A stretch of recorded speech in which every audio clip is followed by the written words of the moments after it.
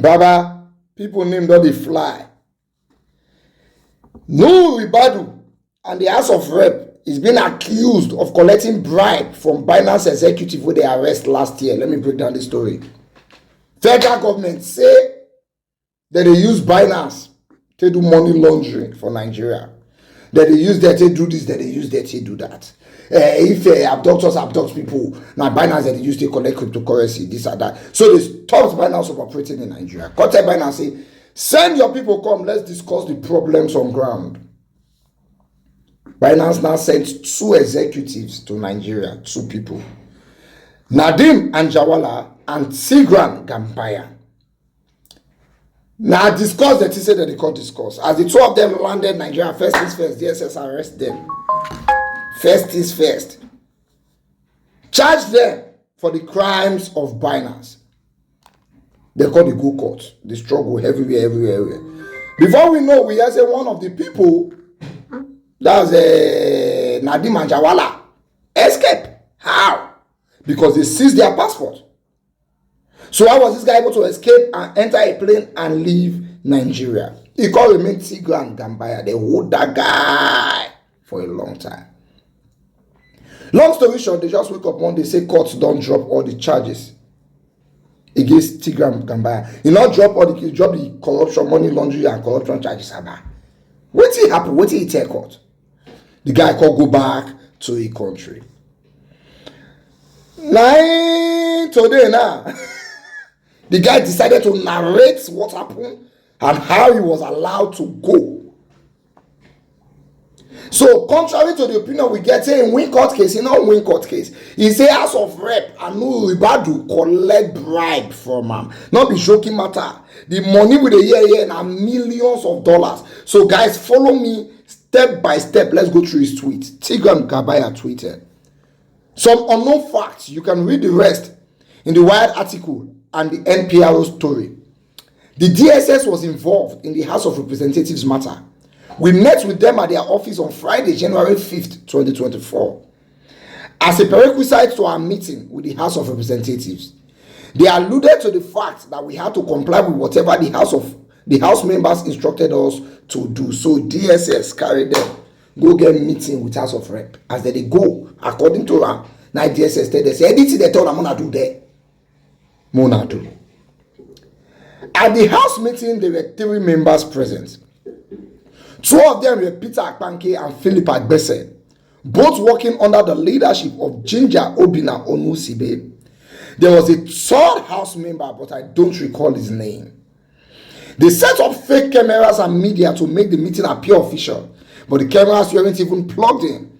As you may already know, this ended up with them asking us for $150 million bribe, paid in cryptocurrency into their personal wallet. A Mickey Mouse operation at its best. So when they reach House of Rep, cameras dey, say number for House of Rep camera go dey now. So they say na press statement or that they interview them on this. But those cameras are not plugged. According to him, House of Rep members asked them for $150 million. $1 million is 1.6 billion. $10 million is 16 billion. $100 million is 160 billion. $150 million is 240 billion naira. Now they ask from them. Let's continue.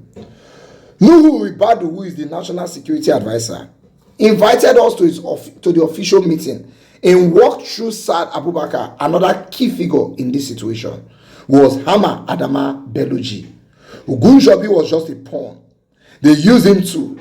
This was sold as a friendly meeting with the NSA, the head of the SEC, and the CBN governor, and included the discussion of the bribe that was solicited by the House of Representatives. Nuhu Ribadu, CBN governor, don't involve.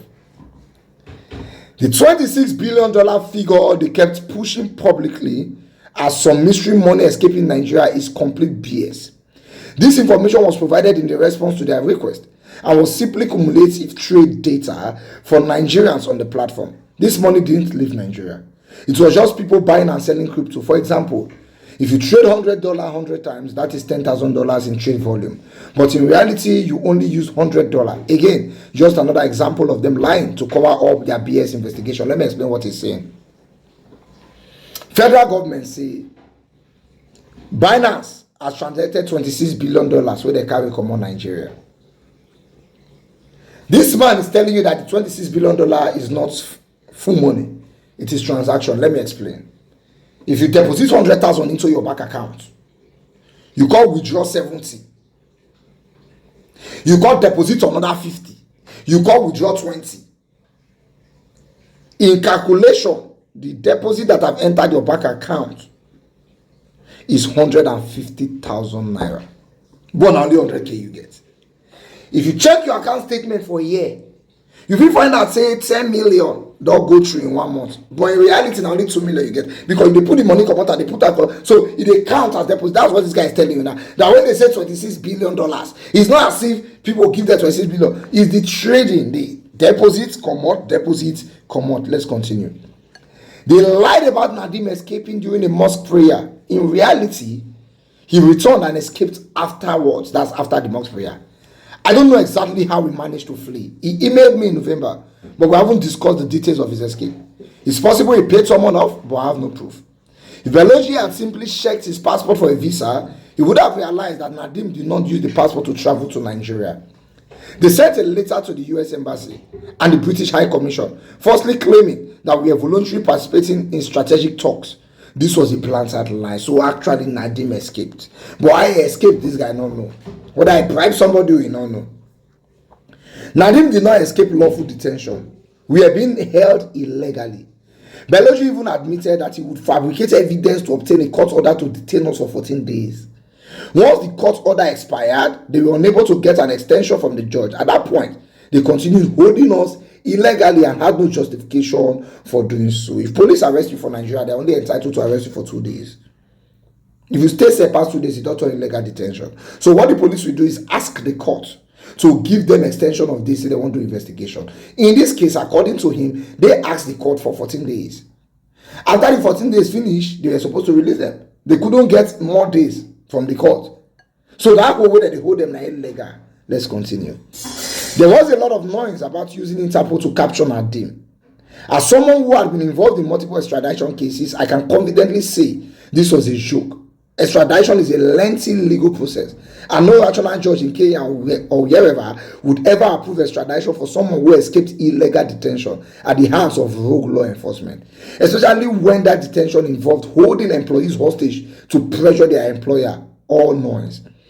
They tried to use this to violate international privacy laws by demanding user data on all Nigerians to target opposition members allegedly, manipulating the price of the naira. However, they all knew that the naira's devaluation was a direct result of Tinubu's monetary policy, which pegged the naira from the dollar. I'm not saying this policy decision was wrong, but everyone understood that removing government intervention would lead to extreme devaluation.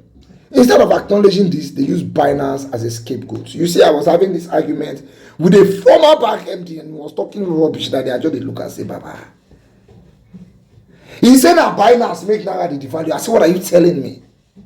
He said that because people hold the trade cryptocurrency. I said, no. The reason why dollar is devaluing is because the federal government stopped to pay subsidy on the dollar. When you were buying the dollar $500, was more than $500. The federal government was paying the balance. Why are we blaming Binance? Okay, if now Binance they make the price they go up, who can they make CBN rates go up? Now Binance too. Let's continue. They also detained innocent EFCC detectives who weren't even present when Nadeem escaped. If anyone should have been detained, it was Beloji. If anyone should have been detained, it was Beloji for multiple basic law enforcement failures, incompetence, and negligence, including failing to search our belongings, not checking passports or visas, neglecting to coordinate with immigration to issue travel restrictions or alerts, mismanaging the situation internationally, creating an unnecessary diplomatic crisis. So, the FCC did not even check their passports to know whether they have visas. Let me explain something. If you get Nigerian passport and you get American passport, if you dey go America, just tender your American passport, you don't need visa. If you dey come Nigeria, just show them for America your Nigerian passport, that's all. So apparently Nadeem has 2 passports. Kenyan and American. So he didn't even need visa to enter Nigeria. He just needed his Kenyan passport. Let's continue. We had a strong working relationship with Nigerian law enforcement, but they agreed destroyed all cooperation between Nigeria and the entire industry. They even threatened administrators at Nizamiya Hospital, instructing them not to admit me when I was extremely ill. Additionally, they pressured the hospital to withhold my medical records from my attorneys. This was later confirmed by the Turkish Ministry of Health when my friend met with their officials in Turkey. Ribadu emphasized that he wanted billions in payouts to fund his future political ambition. Wow. However, when the corruption scandal came to light, he was trapped because any settlement would now be perceived as a bribe. I guess he really wanted his boss job. Ribadu even hired a US law firm to negotiate my release, but this failed due to their incompetence and greed. Looking at you, Idayat Hassan. Ribadu overstepped his authority and embarrassed Nigeria in front of US National Security Advisor Jake Sullivan. Ribadu, acting like an wanting, angered the White House and led to diplomatic repercussions. The US limited visas to the Nigerian delegation for hunger, and Biden refused to meet with Tinubu until my situation was resolved. In the end, Ribadu overestimated his influence. They thought they could secure a quick win, but instead, they created an international incident, exposing the incompetence on a global scale. That's it for me now. I don't want to dwell on this, but it's important for Nigerians to get the fact. I met amazing people in Nigeria. It's a shame that these muppets are in charge. So the problem of this case is the people in charge, the government official. When Kemi Biden was telling you that we are wicked government officials, and corrupt government officials, they will say they run Nigeria in black lights. Now another person they explain to you now that our full National House of Assembly was asking for bribe, including our National Security Advisor, and you wonder why Nigeria is not secured.